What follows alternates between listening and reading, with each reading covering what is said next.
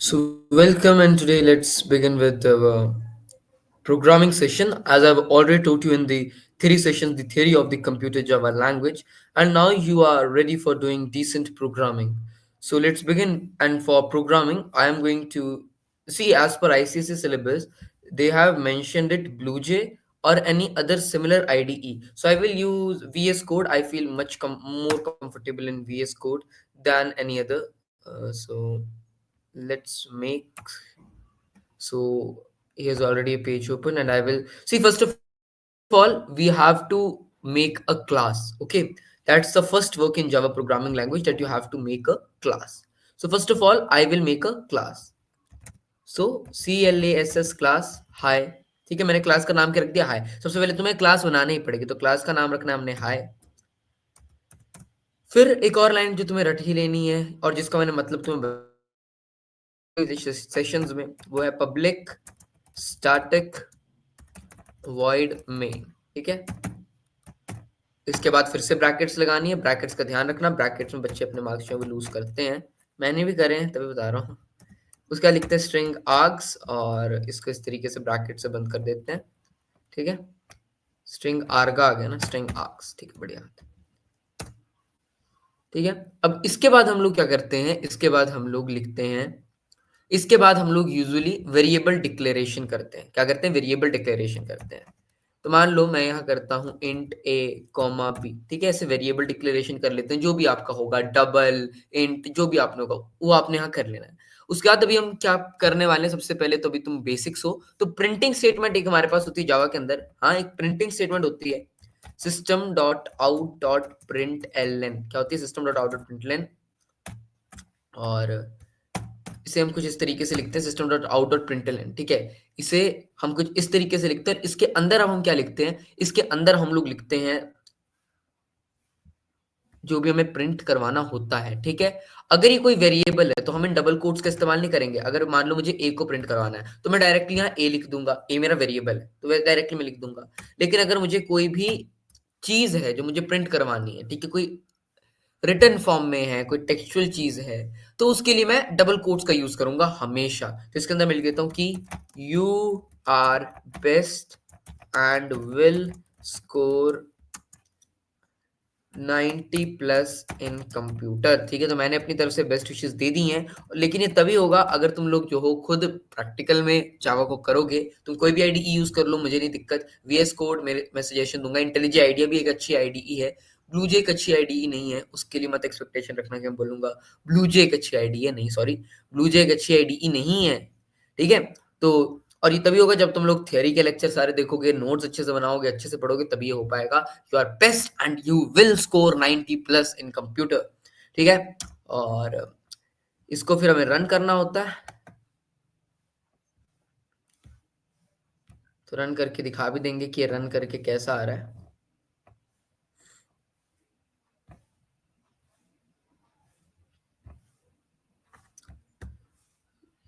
तो मैं रन कर दूंगा, लेकिन मुझे एक एरर देखने को मिलेगा। हाँ, क्योंकि मैंने जो है यहाँ क्लास फोल्डर का नेम में कुछ गलती करी है, वो मुझे पता है मैंने क्या गलती करके रखी है। लेकिन हाँ, अगर तुम इसे किसी और आईडी पे करोगे तो चल पाएगा, क्योंकि अभी मैं इस एरर को सॉल्व नहीं करने वाला, ज़्यादा टाइम ले लेगा।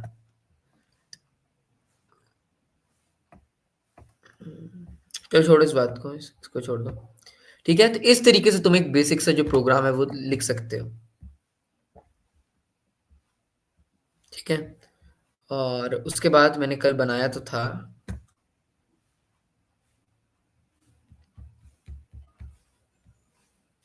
ठीक है, आगे हम लोग कैलकुलेट करने वाले हैं सम ऑफ टू नंबर्स। तो मान लो मेरे पास ए और बी, ये दो नंबर है और मुझे इनका सम कैलकुलेट करना है, और इसको हम करेंगे स्कैनर मेथड से। तो स्कैनर को क्या करना पड़ता है, बुलावा देना पड़ता है कि भाई साहब जी जरा इधर भी अपनी शक्ल दिखा दो।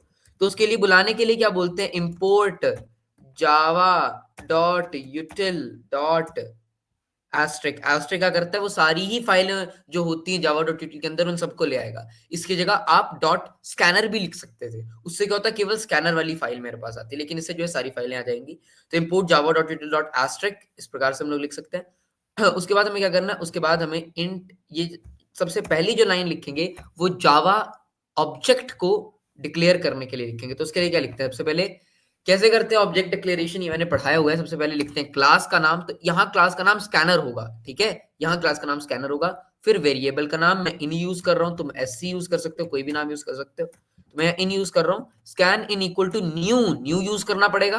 फिर उसके बाद scan in equal to new scanner, फिर से क्लास का नेम यूज करना पड़ेगा। और ऐसे यूजुअली जब भी हम ऑब्जेक्ट डिक्लेरेशन करते हैं इसको ब्लैंक ही छोड़ते हैं, अनलेस और अनटिल हमने कोई कंस्ट्रक्टर यूज किया नहीं। अब कंस्ट्रक्टर क्या होता है वो तुम क्लास 10th में आकर पढ़ोगे। तो लेकिन स्कैनर के साथ हम यहाँ सिस्टम डॉट इन लिख देते हैं, सिस्टम डॉट इन, इन, ठीक है।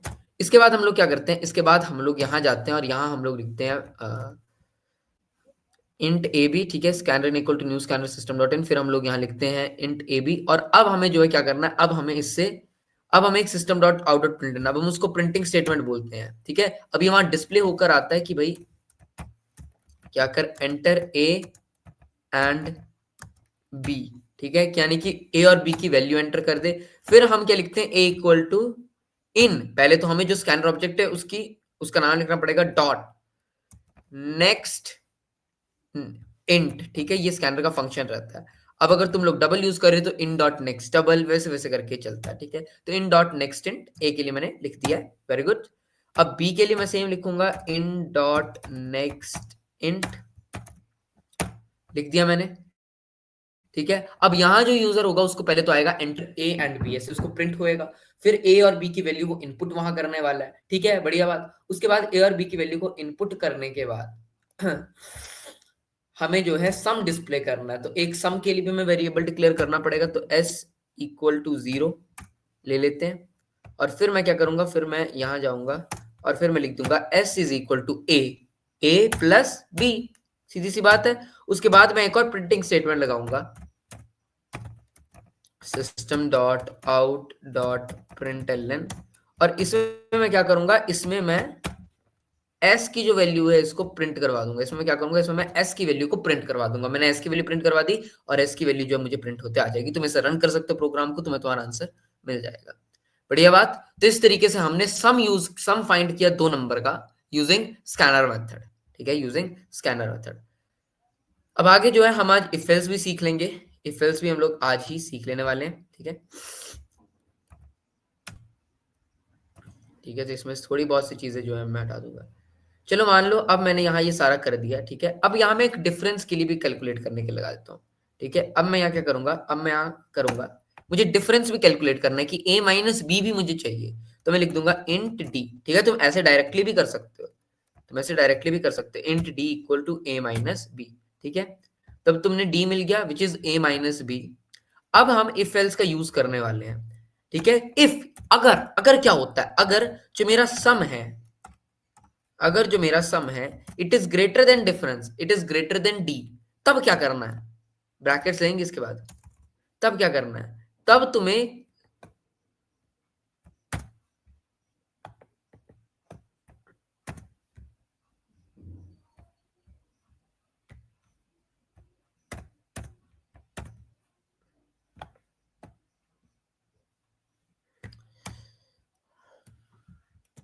क्या करना है, तब तुम्हें system dot out dot println, और यहां जो है तुम्हें क्या करना है यहां तुम्हें एस को ही प्रिंट करवा देना है, ठीक है, यहां तुम्हें एस को ही प्रिंट करवा देना है। उसके बाद देखो, अगर ऐसा नहीं होता है, एल्स, अगर ऐसा नहीं हुआ तो, एल्स, तो क्या हो सकता है, तो ये हो सकता है, तो क्या हो सकता है, तो यही हो सकता है कि d is greater then s, दूसरा केस यही बन सकता है। तीसरा भी केस बन सकता है कि if d is equality equality, लेकिन उसको भी हम नेग्लेक्ट करके चल रहे हैं। तो क्या, तो मुझे d प्रिंट कर दो, तो वो वाली कंडीशन मैं लिखूंगा, फिर उस हिसाब से चलेगा। फिर वो देखेगा कि अच्छा क्या s d से बड़ा है, अगर बड़ा होगा तो ये करेगा, वरना दूसरी स्टेटमेंट पे जाएगा। ऐसे हम इफ एल्स की प्रोग्रामिंग करते हैं, ठीक है, बढ़िया बात। अब आगे जो है हम लोग लूप्स देखेंगे, लूप्स, ठीक है। तो लूप्स के लिए, लूप्स के लिए इस सबको भगा देते हैं। बेसिक सा प्रोग्राम होगा, फॉर लूप का यूज करते हैं, ठीक है, फॉर लूप। तो फॉर, सबसे पहले इसके अंदर हम वेरिएबल इनिशियलाइजेशन इंट भी यही लगा सकते हैं, डिक्लेयर और इनिशियलाइज यहाँ करवा सकते हैं, देख लो तुम्हारी मर्जी है। तो int I is equal to 1, मैं बोल रहा हूँ कि इंट आई की जो वैल्यू 1 है, ठीक है। I is less than equal to 10, फिर कंडीशन डाली कि कब तक लूप चलनी चाहिए, तो मैंने डाली कि I is less than equal to 10, यानी कि जब तक आई की value less than equal to 10 है तब तक चलती रहेगी। जैसे ही आई की वैल्यू 10 से ज्यादा होगी, 11 होगी, तब आपने इसको टर्मिनेट कर देना है। ठीक है, फिर हम क्या लिखेंगे, आई लिखेंगे अपडेशन की कैसे अपडेट करना है। आई प्लस प्लस का मतलब होता है I is equal to I plus 1, ये इसका मतलब होता है। ठीक है, तुम लोग ऐसे भी, तुम अब तुम्हारे ऊपर डिपेंडेंट है कि क्या तुम 1 से वैल्यू इंक्रीज कराना चाहते हो। मैं चाहता तो मैं ऐसे कर सकता था, I equal to I plus 2, मैं ये भी करा सकता था, लेकिन मैं कराऊंगा नहीं, मैं आई प्लस प्लस ही रहने दूंगा। इसके अंदर मैं लिखूंगा, अब मुझे जो भी मेरे को यहाँ कंडीशन डालनी हो मैं यहाँ डाल दूंगा कि भाई system dot out dot println, क्या करना है तुम्हें, तुम्हें अब इसके अंदर कुछ नहीं करना, तुम्हें जो है आई को प्रिंट करा देना है। तो अब अगर मैं इसको रन करूंगा, तुम्हारा आउटपुट कुछ इस तरीके से आएगा। ठीक है, वो कुछ इस तरीके से आएगा, 1 2 3 4, कुछ इस तरीके से अप टू 10, ये अप टू 10 जो है ये आता रहेगा। ठीक है, अगर तुम यहाँ एक चीज करते, अगर तुम यहाँ प्रिंट एल की जगह सिर्फ प्रिंट लिखते, सिर्फ तुम यहाँ प्रिंट लिखते PRINT, तो क्या होता, तो फिर ये आई की वैल्यू कुछ इस तरीके से तुम्हारे सामने आती। तो फिर ये आई के लिए आती 1 2 3 4 5 6 7 8 9 10, कुछ इस तरीके से जो थी, फिर ये वैल्यू तुम्हारे सामने आती। क्योंकि प्रिंट क्या करेगा, प्रिंट बोलता है कि तू सेम लाइन पर ही रह, कर्सर को बोलता है, ये जो कर्सर है ना मेरा, इसको बोलता है तू सेम ही लाइन पे रह। लेकिन प्रिंट एल एन बोलता है कि भाई जो मेरा कर्सर है, तूने एक बार अगर 1 प्रिंट किया, उसके बाद तू एल एन यानी कि तू नेक्स्ट लाइन पे जा, फिर 2 को प्रिंट कर, फिर नेक्स्ट लाइन पे जा, 3 प्रिंट कर। तो कुछ इस तरीके से ये काम करता है। ठीक है, सेम तुम वाइल लूप के साथ भी यहाँ लिख सकते थे, और वो मैंने लेक्चर्स में समझाया हुआ है। ठीक है, कोई चीज नहीं समझ में आ रही तो बता दो। आज का हमारा सेशन याद रखना एकदम बेसिक प्रोग्रामिंग सेशन है। क्या है, एकदम बेसिक प्रोग्रामिंग सेशन है, तो इसमें हम ज्यादा डिटेल में चीजों में नहीं जा रहे हैं, एकदम बेसिक बेसिक तौर से चीजों को देख रहे हैं। बाकी चीजें जो होंगी मैं प्रोग्रामिंग वाले लेक्चर्स में डालूंगा। प्रोग्रामिंग वाले लेक्चर्स अब थोड़ी लेट आएंगे, बिकॉज आई एम बिजी, तो मैं थोड़ा बिजी हूँ तो इस वजह से, पर हाँ वो भी आ जाएंगे, उनकी चिंता मत करो। तो अब जो है मैं तुम्हें थोड़े बहुत होमवर्क दूंगा। तो जो तुम्हारा पहला होमवर्क आ रहा है, ये तुम खुद करने वाले हो, मैंने तुम्हें सारी बेसिक चीजें बता दी हैं। जितनी भी अब कॉम्प्लिकेटेड चीजें बचती हैं, नेस्टेड लूप्स वगैरह वाली, वो हम बाद में देखेंगे। होमवर्क सुन लो, एक प्रोग्राम मैं अभी तुम्हें करवाऊंगा, जो भी अभी तक हमने पढ़ा है उस सारे को यूज करके एक प्रोग्राम बनाएंगे। लेकिन उससे पहले तुम्हें एक होमवर्क मिलेगा, और तुम्हारा है एंटर अ नंबर। ठीक है, enter number and find if it is even or odd. ठीक है, तो एक तुम्हें नंबर इनपुट करना है, तुम्हें फाइंड करना है if it is even or odd, ये तुम्हारा पहला होमवर्क है। दूसरा होमवर्क है, you have to make a simple calculator using if else. ठीक है, यूजिंग इफ एल्स और स्विच। ठीक है, चॉइस तुम्हारी है, या तो तुम इफ एल्स का यूज करके बना दो, या फिर तुम स्विच स्टेटमेंट का यूज करके तुम्हें एक सिंपल कैलकुलेटर बनाना है विच performs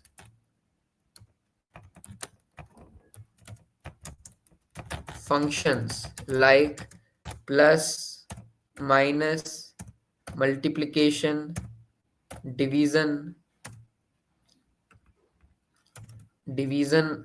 and finds square root, cube root, etc. ये तुम्हारा होमवर्क रहता है। ठीक है, तो ये दो इनको नोट कर लो, ये तुम्हारा होमवर्क है। तुम मुझे या तो कमेंट सेक्शन पर बताओगे, या फिर मुझे इंस्टा पे डीएम करके इनका जो सोल्यूशन बताओगे, और मैं चेक करूंगा, और जो इसको सही तरीके से करेगा उसको मिलेगा अगली वीडियो में शाउट आउट। ठीक है, और शाबाशी मिलेगी भाई मेरे से, तुम्हें और क्या चाहिए। तो अभी के लिए इतना देखते हैं। अभी एक और प्रोग्राम हम लिखेंगे, जिसमें हमारे को है कि एक नंबर हमें इनपुट करना, 3 नंबर हमें इनपुट करने हैं, and we have to find which is the largest of them, which is the greatest of them, and which is the smallest of them. तो इसको ढूंढने के लिए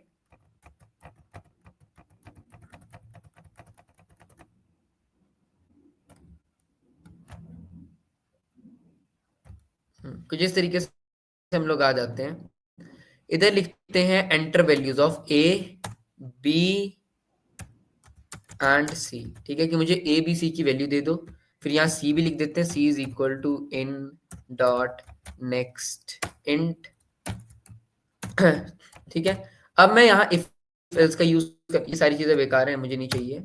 अब मैं लिखूंगा कि इफ, अब मुझे देखो ग्रेटेस्ट नंबर ढूंढना है ए बी सी में से। इसके दो मेथड हैं। पहला मेथड तो ये आता है कि मैं डालूं S equal to math dot max.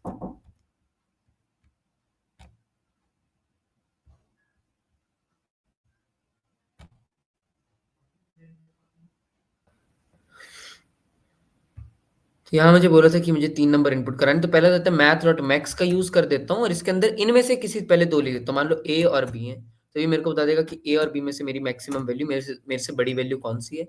फिर मैं यूज़ करता हूँ डी, डी मुझे बताएगा कि मैथ डॉट मैक्स। अब ये मुझे बताएगा कि देखो, देखो ए और बी दो थे, इनमें से जो भी बड़ी वैल्यू आएगी, ए या तो बी आएगी, वो किसके अंदर स्टोर हो जाएगी, वो स्टोर हो जाएगी एस के अंदर। मान लेते हैं ए बड़ी वैल्यू है, तो वो ए एस के अंदर स्टोर हो गई। ठीक है, वो यहाँ एस के अंदर, यहाँ देखो एस के अंदर यहाँ स्टोर हो गई। ठीक है, अब मैं डी के अंदर लिखता हूं मैथ डॉट मैक्स एस, यानी कि जो भी वैल्यू एस में बड़ी आई है, ठीक है, उसको कंपेयर करना है उसमें, और सी में हमें पता लगाना है कौन सा बड़ा है। और जो भी बड़ा आएगा S O P L N डी हम प्रिंट करवा देंगे और हमें पता लग जाएगा कि इनमें से बड़ी वैल्यू कौन सी है। दूसरा तरीका आता है, दूसरा, ये तो एक तरीका था। दूसरा तरीका आता है इफ एल्स का यूज करके। ये तरीका बोलता है कि इफ, अगर A is greater than B, अगर A is greater than B and, देखो एंड क्या करते हैं, देखो अगर दोनों ही मेरी कंडीशंस ट्रू होंगी तभी एंड जो है वो अपनी कंडीशन को डिस्प्ले करता है, वरना वो नहीं करेगा। ठीक है, और क्या करेगा, और जब हम ऑपरेटर यूज करते हैं तो वो देखेगा कि दोनों में से कोई भी अगर एक स्टेटमेंट ट्रू है तो वो उसको करवा देगा, चाहे दूसरी कंडीशन फिर फॉल्स हो। उसको सिर्फ एक कंडीशन ट्रू चाहिए, एंड में दोनों कंडीशन ट्रू होनी चाहिए। तो मैं लिखूंगा and if A is greater than B and A is greater than C, यानी कि जो मेरा ए है वो बी से भी बड़ा है और वो सी से भी बड़ा है। अगर इन दोनों से बड़ा है that means it is the greatest number. तो फिर यहाँ मैं जी एक, तो फिर मैं लिख दूंगा कि जो मेरा ग्रेटेस्ट नंबर है उसको ए बना दो। मैंने वेरिएबल डिक्लेयर नहीं किया जी, डोंट वरी, अभी मैं रफ ही प्रोग्राम लिख रहा हूँ। उसके बाद मैं नेस्टेड इफ यूज करूंगा इसके अंदर। फिर मैं लिखूंगा, देखो अब दो ही पॉसिबिलिटी बचती हैं, या तो बी सी से बड़ा होगा या फिर सी बी से बड़ा होगा। तो लिख देंगे if B is greater than C, तो इसका मतलब छोटा कौन है, छोटा है मेरे पास सी, तो इसको ऐसे लिख देंगे। एल्स हम क्या करेंगे, एल्स देखो एक ही केस बचता है, एल्स एक ही केस बचता है कि जो सबसे छोटा है वो कौन है, बी है, तो स्मॉलेस्ट में बी डाल देंगे। इस तरीके से हम लोग चल सकते हैं। ठीक है, लेकिन अभी गेम खत्म नहीं हुई, अभी हम पहले तो इस नेस्टेड इफ से बाहर आएंगे और फिर हम लोग लिखेंगे कि इफ इफ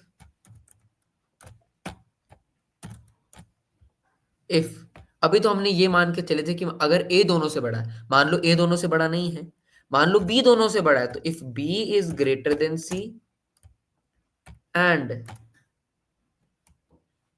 कहाँ गया, and B is greater than A, कि अगर बी इन दोनों से बड़ा है तो क्या करना है, तो भी दो पॉसिबिलिटी आती हैं, तो फिर ग्रेटेस्ट वैल्यू तो मेरी बी हो जाएगी। फिर भी दो कंडीशन बचती हैं कि या तो ए सी से बड़ा है या फिर सी ए से बड़ा है, तो इन दोनों को लिख देंगे। और इन दोनों को भी इसी सेम तरीके से लिखने के बाद हम लोग क्या करेंगे, फिर हम लोग डाले जाएंगे थर्ड केस के ऊपर जो कि बचता है। उसके लिए सिंपल एल्स लिख सकते हो, फिर उसके लिए भी कंडीशन लिख सकते हो कि if C is greater than A and C is greater than B, तो कर दो। तो इसी तरीके से, और ये तुम्हारी आईसीएससी का भी एक प्रोग्राम है, बुक्स में भी प्रोग्राम दिया गया है और एक अच्छा क्वेश्चन है, तो इसके दोनों ही मेथड मैंने करने के बता दिए। मैथ और मैक्स वाला ज्यादा आसान रहता है, लेकिन क्योंकि अभी मुझे तुम्हारा लॉजिक भी बिल्ड करवाना है, उसके लिए हमने इफ एल्स से इसको लिखा। तो आई होप तुम्हारा क्लियर होगा। लूपिंग मैंने अभी तक ज्यादा अच्छे से एक्सप्लेन नहीं करी है, लेकिन इफ एल्स मैंने डिसेंट वाली एक्सप्लेन कर दी है। So I hope you will be now able to do basic if else and conditional program. I have not taught you switch, and switch I have given you as homework. So the homeworks which I have given you, please do them, and please tell send me the homework either in the comment box or in my Insta DM. My ID is NAITIK Natik underscore soothe underscore. Okay, underscore. Yes. So this is my Insta ID. You can tell me about it. Thank you.